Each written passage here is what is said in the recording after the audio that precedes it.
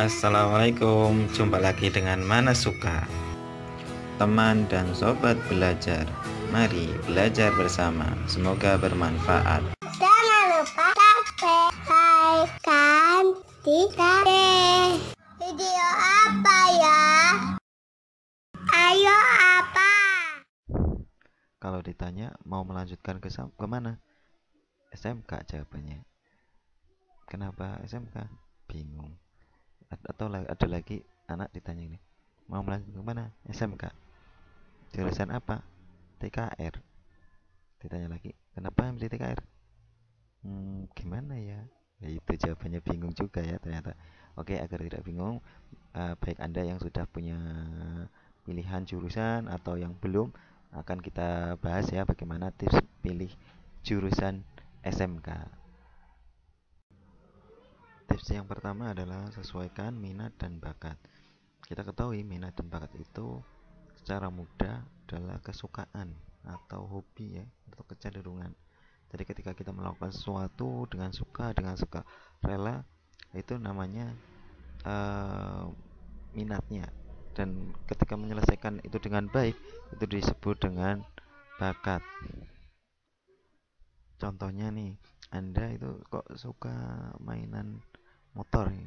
Motornya dibuka, dimodifikasi, dan senang sekali dengan pekerjaan itu, dan hasil modifikasinya itu dikatakan oleh orang lain itu baik, maka itu adalah bisa dikategorikan minat dan bakat adik itu. Contohnya, adik-adik suka otak-atik motor nih, atau televisi, bisa komputer, memasak, menghitung, merias, berjualan, dan lain-lain. Itu adalah contoh-contoh dari bakat. Nah, bakat, minat itu kecenderungannya ya, kesukaannya. Terus berikutnya, jika adik-adik memilih suatu minat dan bakat, seandainya diterima di pilihan tersebut, maka ketika kita belajar di jurusan tersebut, itu jadi enak, jadi enjoy, jadi menikmati, dan tentunya akan lebih mudah mencerna, lebih mudah memahami, dan keterampilan akan diperoleh. Nah, dengan demikian maka akan bisa kita simpulkan itu adik-adik bisa menjadi sukses besar karena ada hobi. Kalau namanya hobi biasanya kan dilakukan terasa indah, indah. Kabar gembiranya adalah adik-adik bisa memilih sesuai dengan bakat. Tips yang kedua adalah tujuan setelah lulus. Kita bagi menjadi 3. Yang pertama adalah bekerja, yang kedua kuliah, yang ketiga wirausaha. Lalu bagaimana ketika bekerja? Maka paling tidak ketika bekerja membutuhkan suatu keterampilan yang diminati. Nah, ketika ingin menentukan suatu pekerjaan tersebut, kira-kira ini kebutuhan keterampilan dari pekerjaan yang diminati itu apa? Nah, makanya ketika tahu, maka kita bisa memilih jurusan yang sesuai dengan pekerjaan yang kita inginkan. Yang kedua, ketika sudah sesuai dengan yang diinginkan, tentunya akan terasa nyaman ketika kita bekerja pada pekerjaan yang sesuai dengan jurusannya.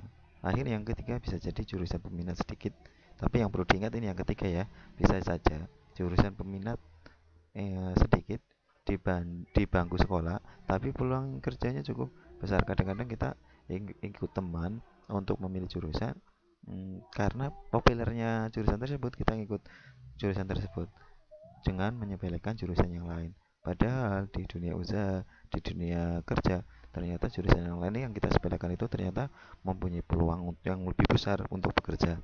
Nah, ini perlu juga kita perhatikan. Terus yang kedua yaitu kuliah. Tujuan yang kedua adalah kuliah. Ketika kuliah tentunya harus inginnya kuliahnya kemana?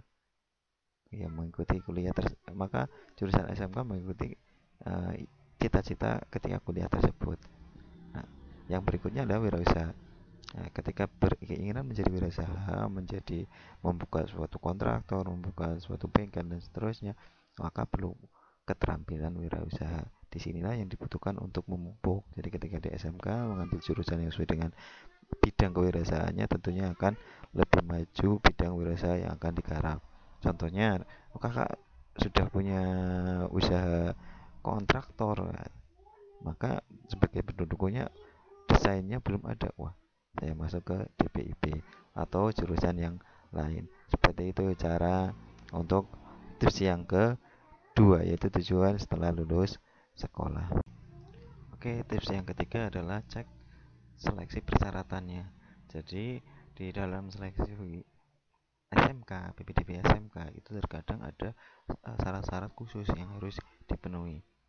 Kita kan tidak mau ya gugur sebelum bertanding, atau karena persyaratan yang tidak lengkap atau persyaratan yang tidak terpenuhi, kita malah mengambil jurusan yang salah karena tidak mendukung untuk jurusan tersebut.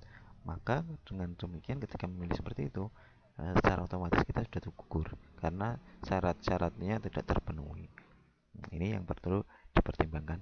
Yang berikutnya, jurusan tertentu biasanya ada persyaratan khusus untuk jurusan tertentu tersebut. Apa saja syarat khususnya? Contohnya adalah untuk butuh warna, terus tinggi badan, bakat, atau yang lainnya.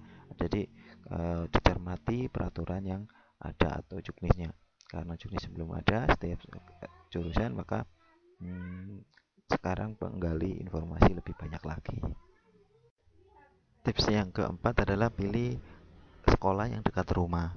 Walaupun di SMK itu tidak ada zonasi, tapi ketika dekat rumah kan lebih enak ya. Contohnya apa? Hemat transportasi. Jadi ketika dapat uang saku satu hari itu 5.000, bisa untuk makan, tidak harus dikeluarkan untuk biaya transportasi. Terus berikutnya, keunggulannya adalah akan lebih fokus belajarnya karena tidak membutuhkan waktu dalam perjalanannya. Kita bisa tidak capek sampai sekolah dan tepat waktu. Tips yang kelima adalah pilih sekolah yang berkualitas. Dengan sekolah yang berkualitas, biasanya lulusannya juga berkualitas. Tentunya ketika lulusan berkualitas, kalau yang ingin cepat kerja akan diperoleh, kalau ingin kuliah bisa gitu kan. Yang berikutnya, jurusan sama beda sekolah beda kualitas. Jadi walaupun Anda pada jurusan yang sama, tapi kualitas sekolah itu masing-masing. Jadi jangan sampai yang penting jurusan ini tapi sekolahnya asal gitu kan. Jadi pilih sekolah yang berkualitas, ini juga penting. Yang selanjutnya, tidak ada tapi yang perlu diingat adalah tidak hanya negeri saja ya yang berkualitas, swasta juga bisa berkualitas. Oke, untuk tips yang keenam adalah pilih kompetensi kalian prioritas pada pilihan pertama. Artinya ketika kita memilih TP itu sebagai pilihan yang pertama, maka data adik-adik itu akan diurutkan pada jurusan TP dulu. Tapi ketika di jurusan TP itu kuotanya sudah penuh, nilai adik-adik di luar kuota, akan di ranking lagi di jurusan yang kedua, yaitu misalkan TKJ. Kalau TKJ tidak masuk lagi, akan diturunkan lagi ke jurusan TKRO. Seperti itu cara peringkatan seleksinya. Jadi prioritaskan untuk pilihan pertama sebagai pilihan yang paling Anda minati, paling Anda sukai, paling Anda punya bakat. Mungkin seperti itu. Semoga sukses. Sekian video kali ini. Sampai jumpa lagi. Assalamualaikum.